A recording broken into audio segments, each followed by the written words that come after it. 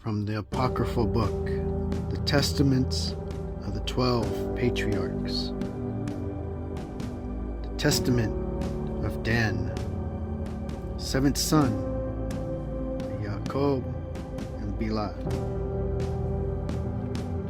The copy of the words of Dan, which he spoke to his sons in his last days, in the 125th year of his life. For he called together his family and said, "Hearken to my words, ye sons of Dan. Give heed to the words of your father. I have proved in my heart and in my whole life that truth with just dealing is good and well pleasing to Elohim, and that lying and anger are evil, because they teach man all wickedness. I confess this day to you, my children, that in my heart I resolved on the death of Yosef, my brother, the true and good man. And I rejoiced that he was sold, because his father loved him more than us. For the Ruach, spirit, jealousy, and vainglory said to me, you yourself also are his son.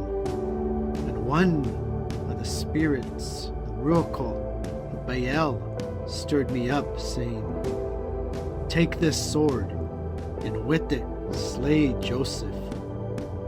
So shall your father love you when he is dead. Now this is the Ruach of anger persuaded me to crush Yosef as a leopard crushes a kid. But the Elohim of my fathers did not suffer him to fall into my hands, so that I should find him alone and slay him, and cause a second tribe to be destroyed in Yasharel. And now, my children, behold, I am dying, and I tell you of a truth, that unless you keep yourselves from the spirit of Ruach, of lying and of anger, and of truth and long suffering, ye shall perish. For anger is blindness, and does not suffer one to see the face of any man in truth. For though it be a father or a mother, he behaves towards them as enemies. Though it be a brother, he knows him not. Though it be a prophet of Yahweh, he disobeys him. Though a righteous man, he regards him not. Though a friend, he does not acknowledge him. For the Ruach of anger encompasses him, the net of deceit, and blinds his eyes, and through lying darkens his mind, and gives him its own peculiar vision, and wherewith encompasses his eyes with hatred of heart, so as to be envious of his brother.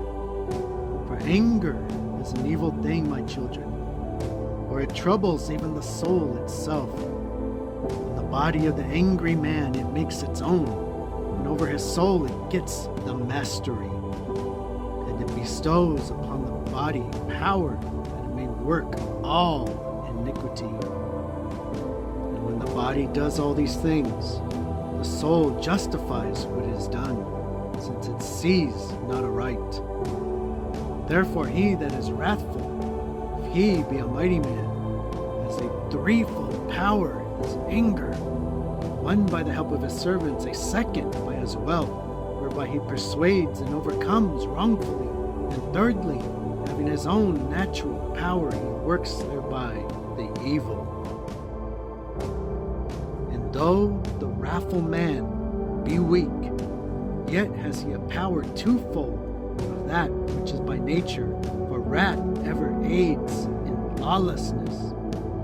This Ruach goes away with lying at the right hand of Satan, that with cruelty and lying his works may be wrought. Understand ye therefore the power of wrath, that it is vain. For it first of all grieves, for first it gives provocation by word, then by deeds it strengthens him who is angry. With sharp losses disturbs his mind, and so stirs up with great wrath his soul. Therefore, when anyone speaks against you, be not ye moved to anger. And if a man praises you as holy men, be not uplifted, be not moved either to delight or disgust. For first it pleases the hearing, and so makes the mind keen to perceive the grounds for provocation. And then, being enraged, he thinks that he is justly angry. And if you fall into any loss or ruin, my children, be not afflicted. For this very Ruach makes a man desire that which is perishable, in order that he may be enraged through the affliction